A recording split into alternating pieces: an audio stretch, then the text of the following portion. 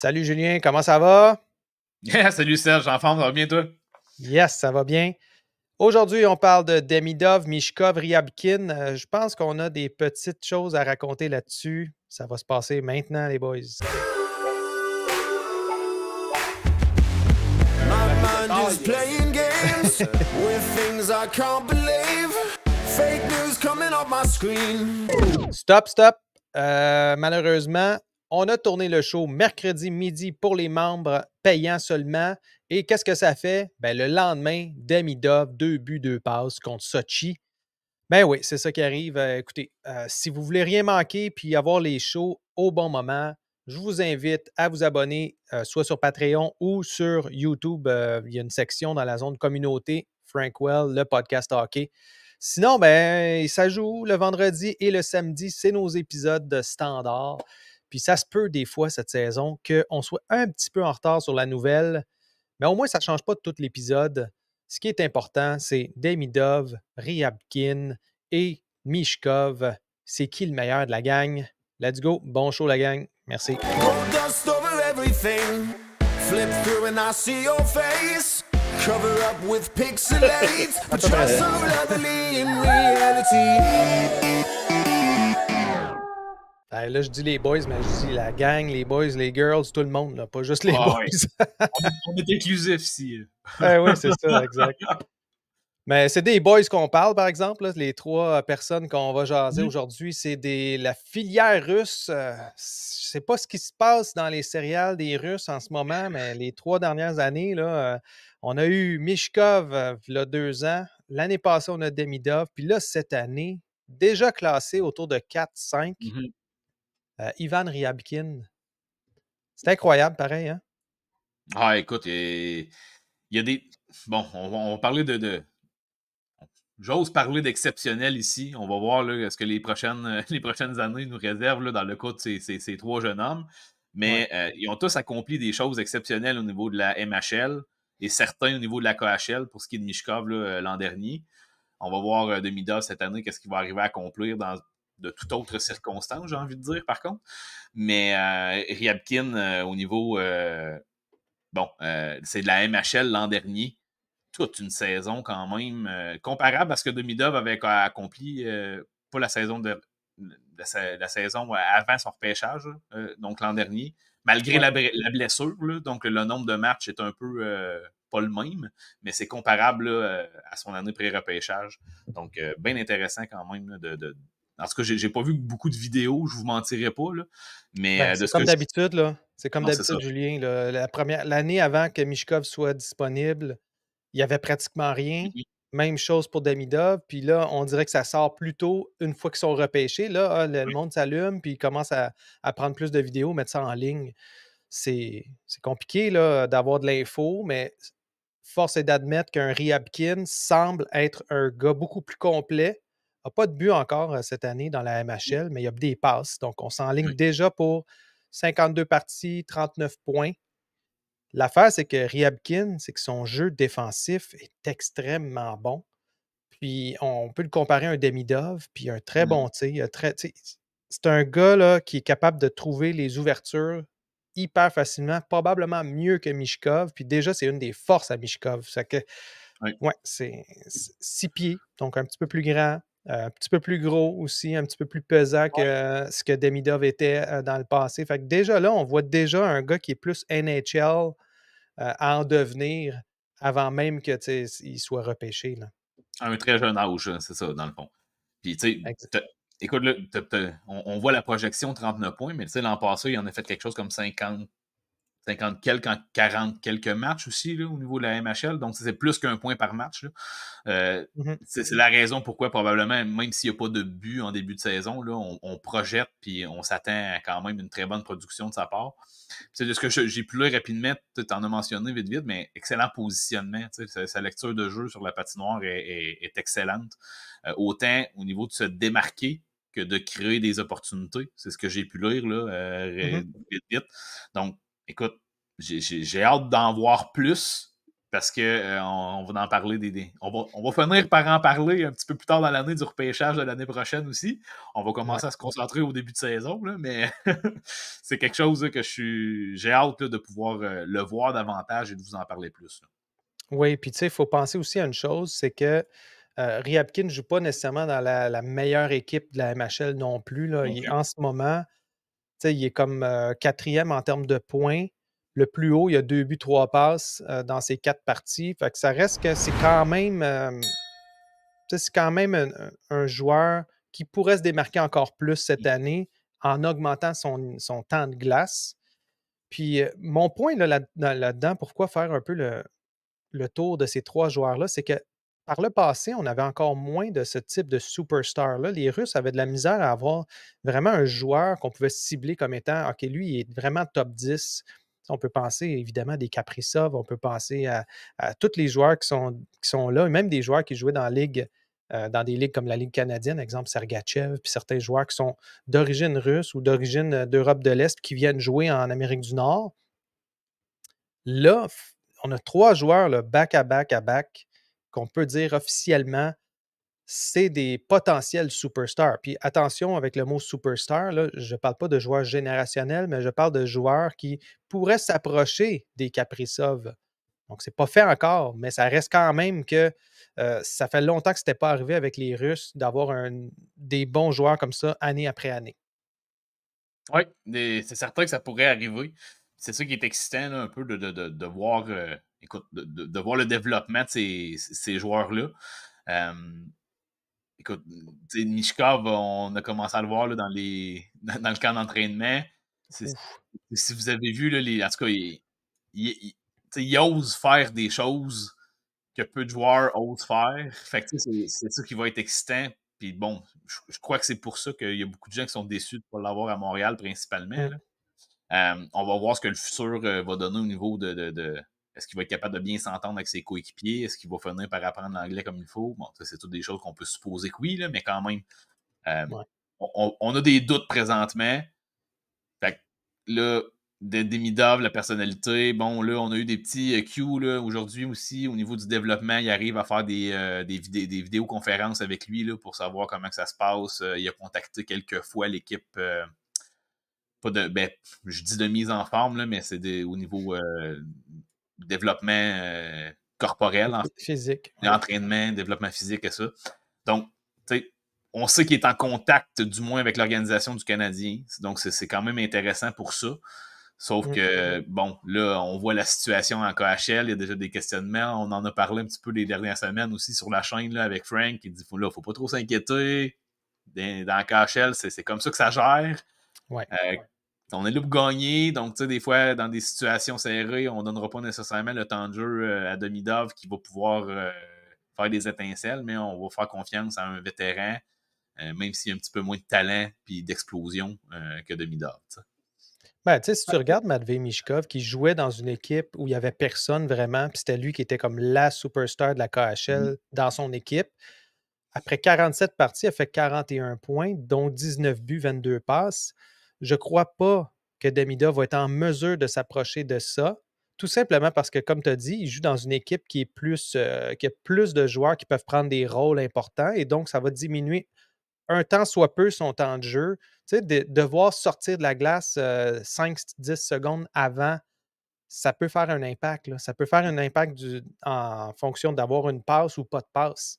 Oui. Tu sais, si tu es obligé de sortir parce que tu es sur la 3e ligne, ben c'est sûr que la 2e, la 1re ligne vont prendre des petites opportunités de plus. Puis des fois, ben, ça prend une fraction de seconde, puis elle est dedans, puis finalement, il était déjà sorti. Donc, il n'y a pas le plus au niveau des plus-moins. Il n'y a, pas la passe sur la 2e ou la 1re passe. Fait que moi, j'ai l'impression. Aussi, les unités spéciales aussi. C'est pas toujours, toujours la première option, en fait. Là. Ah oui, puis je ne sais pas quand est-ce qu'ils vont finalement lui donner, mais j'ai l'impression qu'ils vont vraiment progressivement. Ça se peut qu'on le voit après décembre avoir du temps de jeu sur l'avantage numérique, peut-être pas avant la première moitié. Donc, de la façon que ça s'enligne là, on s'entend peut-être pour dire qu'il devrait avoir un petit peu plus que la moitié de ce que Mishkov a eu comme en termes de points. Peut-être qu'il va se rendre à 24, 25. Ça ne sera pas nécessairement mauvais, peut-être plus là, en termes de projection. En ce moment, on parle de quoi, 28 points. Fait que moi, je le vois être autour de ça, 24-25 points, puis ça ne sera pas grave. Il ne faut pas capoter avec ça. Là. Honnêtement, Non, il vraiment y a pas. des circonstances différentes. Moi, ce Ah que oui. je veux voir, par contre, c'est que je veux les voir aller en série, puis je veux voir comment Demidov va se débrouiller en série. C'est ça qui m'intéresse le plus. Oui, bien, c'est sûr que dans les moments importants, je pense qu'il a déjà démontré que c'est ce qu'il voulait, c'est ce qu'il désirait dans son cheminement sportif, là, d'avoir de faire partie Ouais. intégrante là, du noyau d'une organisation, puis de la porter sur ses épaules. Là. C'est un peu ce qu'il avait l'air de nous dire. C'est pas pour rien qu'on a écrit Demigod sa casquette, hein, Seb? Ouais, c'est ça, exact. Fait que, on a hâte de le voir. Donc oui, est-ce qu'il va être capable d'avoir une progression tout au long de l'année, puis d'avoir des minutes de plus en plus importantes, de pouvoir jouer en compagnie d'anciens de la LNH intéressants comme Kuznetsov et tout ça. C'est quand même de l'expérience intéressante qu'il peut acquérir malgré tout. Donc, en tout cas, je suis très excité là, à cette année, autant au niveau du club du Canadien que de beaucoup de choses à l'extérieur, là, quand même. Ouais. Puis là, je vais te poser une petite question qui, j'espère que ça ne va pas te faire mal au cœur, là, mais j'ai l'impression, OK, dis-moi si je me trompe, là, ça ressemble un petit peu à quand on a choisi Slafkovsky versus Cooley ou même versus, je sais pas moi, versus Wright, là, mais la réalité, c'est, mettons, Cooley, Slafkovsky ou Reinbacker, Mishkov. Des rôles différents, des types de joueurs différents Oui, aussi. écoute, oui, 100%. Mais j'ai l'impression que Mishkov, surtout en début de saison, va être beaucoup plus flamboyant, va beaucoup plus flasher, comme l'avait fait Cooley l'année passée quand Slafkovsky faisait rien, puis que lui accumulait les points. Là. Ouais, ben là, écoute, c'est certain que si on s'attend à comparer les résultats qu'on a du côté de Reinbacker, de Mishkov, je vous le dis tout de suite, on va être déçus. On va être déçus longtemps, probablement, là, parce que Mishkov va être beaucoup plus flamboyant que Reinbacker. Sauf que au niveau de l'efficacité et des bénéfices pour l'organisation, écoute, je me questionne encore à savoir si vraiment Mishkov va être plus bénéfique à Philadelphie que Reinbacker peut l'être à Montréal. Ouais. Ça, c'est vraiment... Écoute, il y a vraiment juste l'avenir qui va pouvoir nous le dire. Là. Je pense que c'est impossible de pouvoir prédire ça. Sauf que de ce que j'ai vu, moi, jusqu'à maintenant de Reinbacker, je trouve qu'on n'en parle pas beaucoup dans les médias en général. J'ai l'impression que Engstrom a très bien paru en grande partie grâce à Reinbacker. Puis ça, j'entends pas grand monde le mentionner. Donc, j'ai très hâte de voir la suite là, du camp de mon côté pour ça. Ben, c'est clair qu'on parle d'un joueur comme Reinbacker qui, lui, est stable. C'est un joueur qui va être comme un peu à la Weber, un peu plus rassembleur. C'est un gars qui va prêcher par l'exemple. C'est pas un gars flamboyant versus un Mishkov qui, lui, il va en faire des passes, là, des premières passes de feu qu'on se demande comment ça a fait pour passer là. Mettons, les passes qu'on voit de Suzuki, c'est l'année passée, là. Ben lui, il peut déjà les faire, là, puis il a seulement 19 ans. Là, fait que ça va être un monstre là, quand il va être rendu à 25. Là. C'est clair que ça va être un pilier de l'équipe, mais à 5 pieds 10. Ça ne sera pas un gars de 6 pieds 3, 200 livres à la défense qui bloque tout puis qui empêche le monde de passer de son côté. Fait que c'est deux styles de jeu complètement différents. C'est deux positions évidemment différentes aussi. Là. Mais Mishkov, on parle de son jeu défensif déficient, mais déjà, il essaie d'améliorer des choses. Là. Au camp d'entraînement, on le voit déjà faire des choses qu'on pensait qu'il ne faisait pas quand il était dans la KHL. Est-ce que c'est parce que justement le jeu est différent en KHL puis qu'il voulait plutôt montrer ce qu'il est capable de faire offensivement versus ici que là, il y a peut-être. On le sait déjà là, que c'est un scoreur naturel, que c'est un gars qui est capable de faire des passes de feu. Il faut qu'il améliore son jeu défensif. Est-ce que déjà Tortorella est en train de le manier? Je pense que dans les 3 derniers mots que tu as mentionnés, c'est ta réponse, ça, Ced. Mais je pense que Brière et Tortorella ont passé beaucoup de temps à discuter avec Mishkov, du moins avec son interprète. Mais ils ont passé beaucoup de temps à mettre des choses en place pour dire, regarde, on est prêt à t'en donner énormément, mais tu dois suivre le plan qu'on te propose. Si tu suis le plan qu'on te propose, on va tout te donner. Parce que je pense que c'est ce qu'il veut. Et c'est la raison pourquoi, à travers les entrevues qu'il a fait à son année de repêchage, il n'avait pas le sentiment que toutes les autres équipes pouvaient lui offrir ça. Oui, effectivement. Il est allé, il a mis beaucoup de pression, où il a été très désagréable avec toutes les équipes qui ne semblaient pas vouloir lui donner toute la place. C'est mon impression. Oui. Donc, ça reste quand même intéressant parce que là, on voit une tendance. Là. Michkov, beaucoup de points en KHL l'année passée. Demidov s'enligne pour faire moins de points. Peut-être plus un joueur... c'est pas un joueur unidimensionnel, là, c'est vraiment un joueur un peu plus là, two-way, là, comme on dit. Donc, c'est un gars qui va couvrir 200 pieds. On regarde Ryabkin, fait une tendance à faire moins de points que ce que Demidov a fait en termes de points dans la MHL. Mais il ne faut pas prendre ça au pied de la lettre. Là. On s'entend que c'est 3 types de joueurs qui ont le potentiel d'être des joueurs élites. Puis, je ne le vois pas, par contre. Tu sais, l'année passée, je disais Demidov, clairement, pourrait, s'il jouait dans la Ligue canadienne, là, aurait challengé Celebrini. Il ne l'a pas fait, évidemment, là, donc c'est un peu difficile à savoir, mais je ne peux pas dire ça de Ryabkin en ce moment. Je ne peux pas dire il pourrait challenger le top 2, le top 3 des joueurs qui sont là en ce moment. 4-5, c'est pas mal son spot en ce moment. Mais il pourrait glisser. Il pourrait encore une fois glisser. On pourrait se ramasser avec Demidov Ryabkin. Ouais, mais il pourrait monter aussi selon les résultats de la saison. On s'entend, ça? Oui. Parce qu'on risque d'en voir de plus en plus, justement. Puis ce que je trouve intéressant, c'est qu'on aurait beau se faire un petit résumé des espoirs pour l'an prochain, puis probablement que dans 6 mois, 7 mois, ben, on va être déjà... ça va être déjà bousculé, une affaire pas possible. Donc, écoute, j'ai hâte de voir. Justement, je trouve ça intéressant là, que tu aies apporté ce nom-là, parce que moi, je l'avais pas, j'avais pas porté plus attention qu'il fallait encore aux espoirs de l'an prochain, excusez. Ouais. Mais du bien intéressant de ce que j'ai pu découvrir là, vite là, dans les 2 derniers jours que j'ai pu lire à son sujet.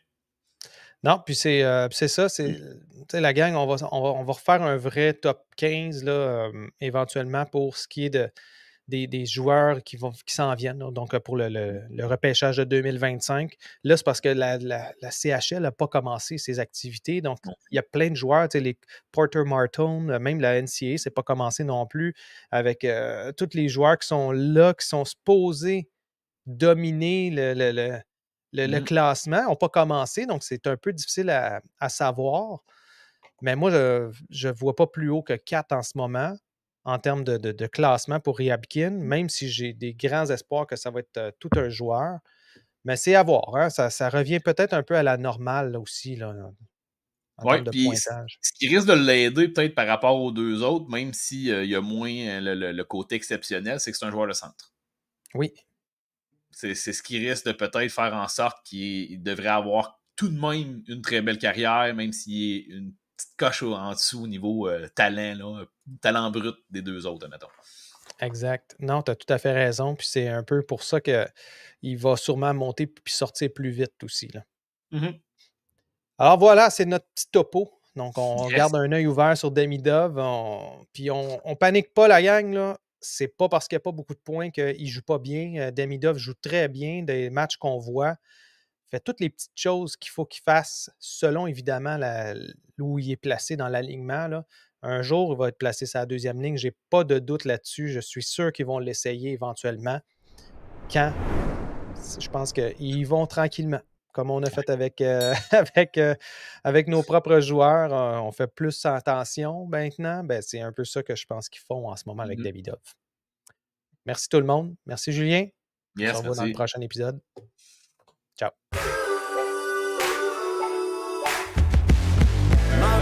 Is playing games with things I can't believe. Fake news coming up my screen. Gold dust over everything. Flip through and I see your face. Cover up with pixelates, but you're so lovely in reality.